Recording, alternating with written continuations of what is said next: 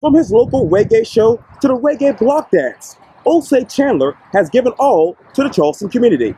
I sit down one-on-one with Osei for this edition of Quintin's Close-Ups. And if you haven't already, subscribe to my YouTube channel and download my free Quintin's Close-Ups app in your Apple or Google Play stores. The Honorable Osei Chandler, welcome back to Quintin's Close-Ups. Thank you. Glad to be here. Yes, sir. Thanks for inviting me. Oh, anytime. You're very welcome. Who is Osei Chandler these days? Well, Osei Chandler is a retired educator, continuing with my radio program. In fact, we just celebrated 40 years on the radio, April 21st, 2019. We've been on since 1979 with the Roots Music Caramo. So that was momentous. Grandfather, widower still, starting to date a little bit. I got a friend. And this is a whole different stage. I'm still trying to find out who I am. How about that? Find out who you are. Yeah, I'm still finding that out. Have you been able to find out who you are as a community leader, as a radio talk show host? Well, community leader, talk shows. I'm really trying to be a little bit. I find myself being a little more private these days, even though I probably should get out more because it's not so much fun being by yourself a lot. But anyway, I do. Once I get out, I tend to enjoy being out. But it's so hard to get out anymore, But some of the things I look forward to. I just came back from. My mother had 7 sisters and 2 brothers. There's only 2 survivors now. My Uncle Sharif and my Aunt Letha. I just came back from Richmond, Virginia, where we celebrated Aunt Letha's 80th birthday. She is absolutely fabulous. She looks just like my mom, who I lost earlier this year. And it was good to see my cousins and have a party without it being a funeral or a wedding. Wedding. But weddings are okay, but funerals, they're kind of tough, but they're happening all the time. And I'm adjusting to what I've been learning to think about it as the side effects of life, Knees getting older, can't run anymore. So if you want to snatch my wallet and run away, you can get away. Yeah. But you talk about your mom and losing her earlier this year. What is life without her as Osei Chandler? Well, it's been a little tough because I'll tell you, I lost my wife 10 years ago, and in 2 months it'll be 10 years ago that she passed away, and that was my other half.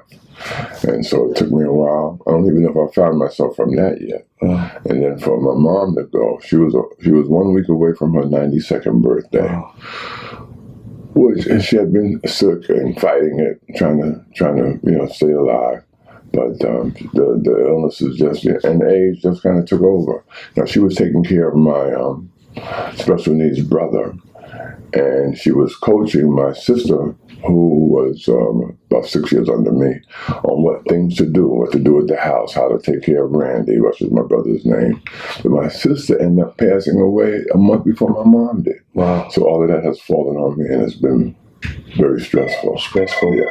For the first time, Quintin, I've had feelings, not necessarily today, but recent, that it may be too much. I never felt as overwhelmed.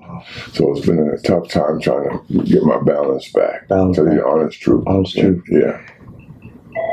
Is the radio show and music your hiding space right now? As a matter of fact, I was speaking with a reporter recently, Victoria Hanson from National Public Radio, and I found myself telling her that doing the radio program is like a lifeline, something I look forward to, I can put myself into. People still enjoy it, and I find myself being able to give it a little bit more time to create a real program in those 2 hours, So you hit it on the spot. It is like a lifeline, something to do. Yeah, and then my grandchildren are growing up, and they remind me of so much of what's good in my family, and they're growing into themselves, and that's also a blessing. And I'm trying to learn that as a blessing. And if I want to be mature about this whole thing, I need to recognize more regularly that having had these people in my life for the amount of time that I've had them is really a blessing. And not everybody has a wife for 40 years, a mother in her 90, a sister almost 70 years old, So I'm trying to learn how to see that these have been, to understand in my heart that these have been blessings. And I do know that. It's knowledge that's translating to the heart. Yeah. How do you now define family? Well, first you got to start with your blood. I start with my blood relatives, children, their children, cousins, uncles, aunts, aunts, all of those things in the family. Many of my best friends have gone on to, Coach Bob is gone, Tony Robertson is gone, Coach John Wilson is gone, my best friend Bill Jones is gone, And so my family is my friends, and I hadn't really thought much about that, 40 years to now, your radio show. Yeah. How does that radio show describe you as a person? Well, I hope it would say that it's my attempt to fortify the Black diaspora in Charleston, and unify all the people of Charleston, because the music I play is generally uplifting and unifying music. It's the kind of music that brings people together. Old school reggae, other world music as well. So that is my attempt to make an impression on the world. Worldwide. Oftentimes in my show, for example, I'll have a Stop the Violence segment, and we talk about police violence, and we talk about self-inflicted violence, domestic violence, and it had many, many songs, so we'll reflect that. So let's do a whole segment in that. Sometimes I announce that this is going to be the Stop the Violence segment. Sometimes I let the music speak for itself, but all the time, my show plays consciousness music. We try to raise consciousness and have it to a nice beat, and have a nice time. That's right. And it's really great that, for years, Quintin, you may remember, I did the show live. Yeah. Go to the radio station on Saturday night from 10 to midnight. I'm doing my show, 9, 11, whatever the time they assign me. Nowadays, I pre-record the show, and I get to hear it myself if I can just stay awake. Yeah. But you talk about bringing people together. You've done it for so long with the radio show, and obviously the MOJA Reggae Block Dance. Yeah, that was part of it, yeah. How did you do it? Well, that's another blessing that I've had, I've been so blessed to have the type of job that allowed me a certain amount of freedom to do what I want to do. My working at the Educational Opportunity Center, that's definitely a blessing. Helped so many people improve their situations by going back to school and getting better jobs and careers. That's really been a blessing. My family has always been supportive of everything I did. My children have been involved with the Little Pele Soccer Club. And, my sons learned how to do radio business. So when my oldest son went to Italy with his school for a year and studying architecture at Notre Dame, they sent him to Rome for a year. He did DJing in clubs to make money. And my son Chael, he can help me. They help me with the radio program the days I can't make it. So those have been blessings that I need to continue to remember to count them, because they really have been uplifting, and they have uplifted the community. And when I first started the radio program, for example, in the Roots Music Karamo in April 21st, 1979. Wow. I've been a volunteer all this time, but it's not about the money, because it gave me access to culture and people that make culture. And I've been able to bring those people to Charleston with the help of other folks, of course. None of this is done by myself. And bring those people so that now African Americans in the Low Country know about this music and benefit from its presence, whereas many of the white folks already knew much about it because they had traveled more and been other places. But the black community here had not had an opportunity to do it, not taken advantage of whatever opportunity they may have had, if there were any. And so for them to experience it, it was kind of hard to get them to appreciate it at first, but after a while, they came around. All they needed was exposure, so I feel really great about that. And when you think of the culture here in Charleston, what goes to your mind? Well, I'm happy to see that Charleston blacks are taking control over their culture, that the Gullah Geechee movement has been widely growing. Gullah Geechee Corridor, you got the Black African American History Museum coming up. And even though some people are criticizing whether it's going to be in it or not, it's going to be there, and you have the opportunity to put things there. It'll be, even if it's just a start, it's a good start.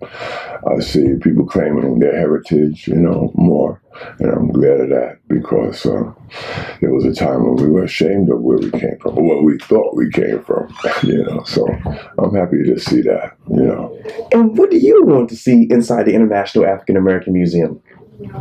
Oh, I hadn't really thought about it. I want to see what they don't have first. Okay. Well, I want to see what they do have, and then if I could think of something, I'll add. At one time, I was a part of its planning, and I was happy to do that, but then side effects of life got a hold of me, and that was when my wife got sick and passed away, and then I wasn't good for much of anything. So I say that there's opportunity. There'll be an opportunity to address many of the things. I think I took part in a program recently talking about reparations should be addressed in that museum. Perhaps that's one of the things. I don't know. Okay. And you obviously were the head chief of the Educational Opportunity Center when I was at Trident Tech many, many years ago, and you did it for a long time. Yeah.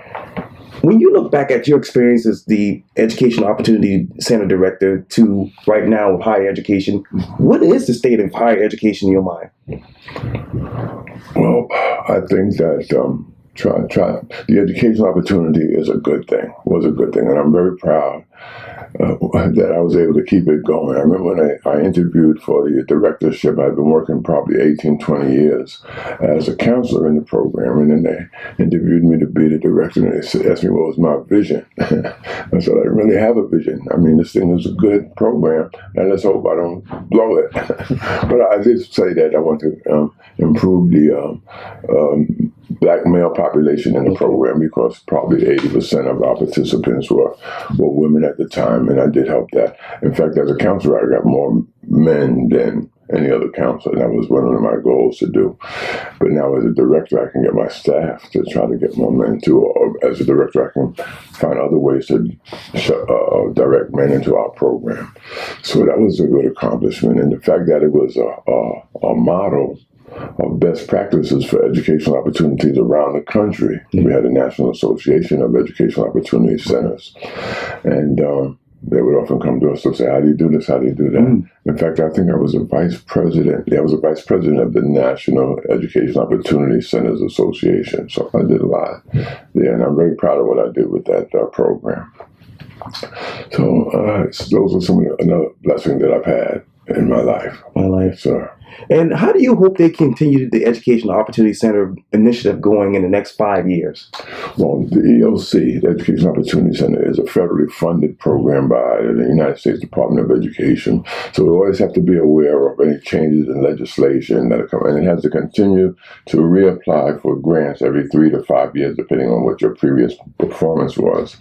But the EOC has continued. I left a good template and a good fella to take it over, Will Amos. Right. He does a good job. Sure. And the staff that remain, and the new staff that they've got has been well trained, and the staff that was there previously, they're still dedicated. You really had to be a dedicated individual to work at the EOC.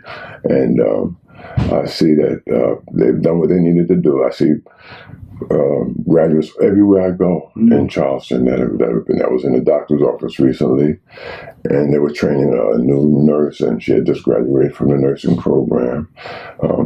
So it's really been a blessing. Every place I go, I often ask people, are you when you see waitresses or waiters, are you a student somewhere? And they would tell me, yeah, and try to take us in good people that's retired from there. Yes, sir. Like you. Yes, that's right. That's exactly right. Yes, sir. What's next? What do you see on your music list for your future? Well, I don't know if we talk much about my travels. I think that after my wife passed away, I waited about a year or two to travel. I went to Tanzania and Zanzibar, African music festival in Zanzibar, and then the following year I went to a jazz festival in Cuba and toured Cuba before the jazz festival. So that was nice. I hope to get back into some more travel.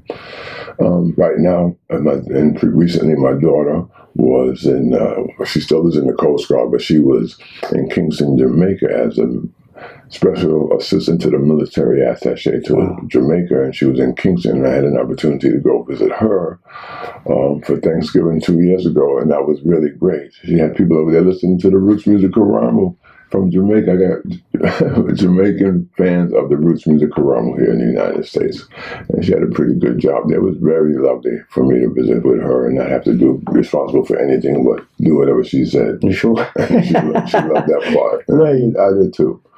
So maybe I can get into some more travel. Helping my grandkids to go to college. You know, it's hard. The hardest people to help are your family and friends, you know? Oh, yes. So I'm just trying to help my grandchildren prepare themselves for college. In fact, my 13 and how was Junior's 13 and 15-year-old grandchildren of Anaya is 15 and Cheo Jr. is 13, and they're part of a trio program now at their schools. Oh, well, I really love that. Right, because that was huge at Trident Tech. Yeah, trio. It's a good program, and at Goose Creek High School, Anaya is part of the talent search program, and Cheo Jr. goes to Sedgefield Middle, and he's getting into the program now. So, and they're very good students. In fact, I followed a tradition that my wife started years ago with my children. If they got A's on their report card, she give them $10. She's not bribing them; she's rewarding them for their. I'm going to make that clear. And so when my grandchildren moved to Charleston, I said, I'll try that too. I got 3 grandchildren in school. If y'all make an A in your report card, I give you $10. And those little knuckleheads are geniuses, man. They were broken me. I had to give out money. So here's what I did. Okay, you got 8 A's, you got $80, I'll give you back 40. Why did I give you back 40? Because this is going to go into your college fund. You are contributing to your own college fund. And so I got that going on with them, and they finally like it. Finally like it. Yeah. That's amazing. It is. If you could write a letter to your wife and your mom right now, what would it say about you? Why y'all leave me? No, y'all left me out here. Boy, I needed Lord. I talk to them on a regular, so they already know. I thank them for the guy, like I thank my wife for these beautiful children that we have, the 2 sons and a daughter. I thank my mom for the identity, purpose, and direction she put me in, but she could have left me a little bit of a roadmap, but you know me, I'm going to figure it out. Yes. I got it. I'm taking care of Randy, and he's getting all his religious instruction that you started him with, and he loves it. I'm doing the best I can. I hope it's all right with you. But there was something that happened recently. I had to talk to both of them and ask for their help. My son Osei moved to Kuwait about 1.5 years ago. He's teaching school at he's teaching math at the American school in Kuwait. His lovely wife, second wife, Carmen, was pregnant and delivered a baby on November the 9th. But Osei was keeping us posted step by step of what was going on. Sure. And at one point, Carmen was having trouble with the delivery. And then Zeke went silent for about 1.5 hours. And I was praying so hard, please, Lord, help them get through this in a positive way. Not hearing from them, you don't know what's going on. Right. So I asked Sadiqa, I said, Sadiqa, you need to round up everybody that we know up there, sign a petition, and ask God to get on this thing right now and help them come through this. And they did. I tell you what, when that baby was born, 16 hours later, 17 hours of labor, I was so elated. I think I probably cried a little bit. And I had to thank the Lord for coming through on that one, and thanks to Deacon for doing their work up there. And I'd never been that happy about the birth of a baby, even before my kids were born. I wasn't that happy about Ezekiel's birth, Cheo's birth. Well, Naima I was pretty happy about because I was there for those other 2. I wasn't there when they were born, but with this baby here, her name is now Mizan Sadiqa Harris Chandler.